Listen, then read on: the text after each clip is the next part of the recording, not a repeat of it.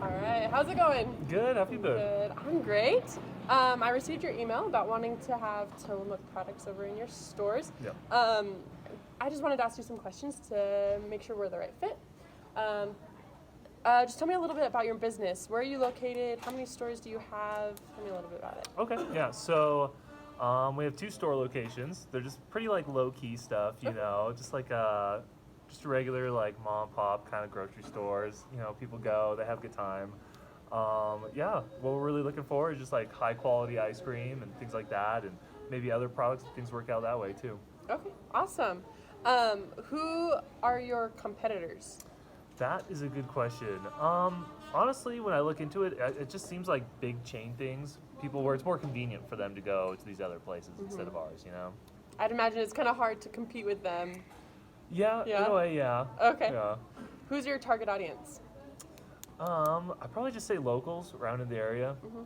Are they families, or is it like a college town? What is it? Yeah, more like families, people who like enjoy the feel of the store when they come in, people who don't want to like brave Walmart because sometimes that's a trip. That's tough to do. Right. So, yeah. So they're valuing the product or the quality that you have at your store. Why else are they coming to you as opposed to like these bigger chains? I'd say just like the feeling they get when they shop there. Like when they leave, they feel, I don't know, pretty good about it. They feel secure about it. They feel like they're known. Right, right. How do you think adding Tillamook to those places are going to help you? So we've been doing some research and we realized like a lot of the people that we talk to and like researching, they really want these higher quality products. And so if that's what the people want, Bring it give to it to them. them. Yeah. All right. We are partners with Walmart and Smith's, places Okay. like that. How do you think that adding it to your store is going to make you competitive to them? How's that going to help you? Oh, good question. I feel like,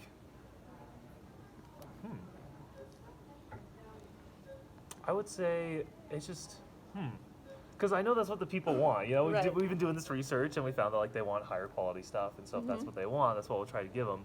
And the difference in like the feelings of the store and like how people go and the type of people who go who like shop at Walmart versus like our smaller stores because they like the feeling of it. They enjoy being there.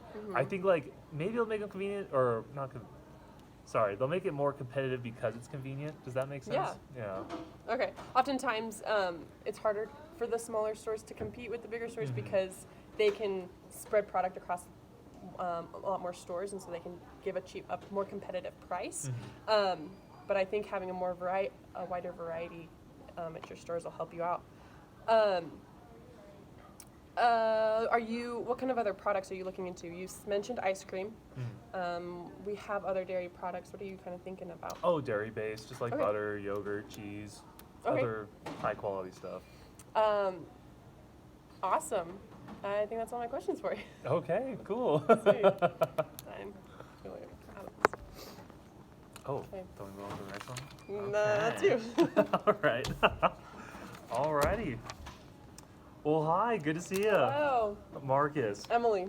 So we met before at the sales convention, and I just wanted to like follow up with you and ask a bit about your business. So what is it that you guys do? Like, what's your job in the company? Just like describe it for me if you could. So I'm in charge of all of the sales reps. Okay. We have specific sales reps that go over to our bigger stores where we sell our products, and we give them a truck to use when they're traveling between about 10 stores. And our issue is that they're just breaking down really fast. Interesting. Those trucks are only lasting about a year and a half, and we're having a lot of issues. So we're having to go through them so often, and it's a hassle we don't want to put up with anymore. And so we're trying to Definitely. find solutions for that. Okay, can you talk about these hassles a bit more that you guys have with the trucks? Is it just like tires? Is it maintenance? Like, what is it? It's like just a bunch of random stuff. The engine will have just a bunch of issues with that, and so we have to like send it in, or we have to like get maintenance on it, and then it's like however long, like a month for that. And so they're out of a truck, and we have to find something and scramble.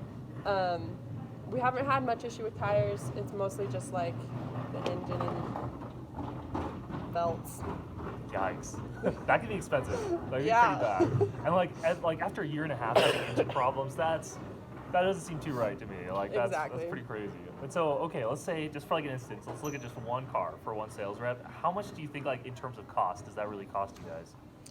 Thousands of dollars. It depends on how much you're going. Like for that year and a half, we don't have very many minor issues. It's like if it goes out, it's all going out. Yeah. So, about $3,000 I would say on average for over a couple of years per car.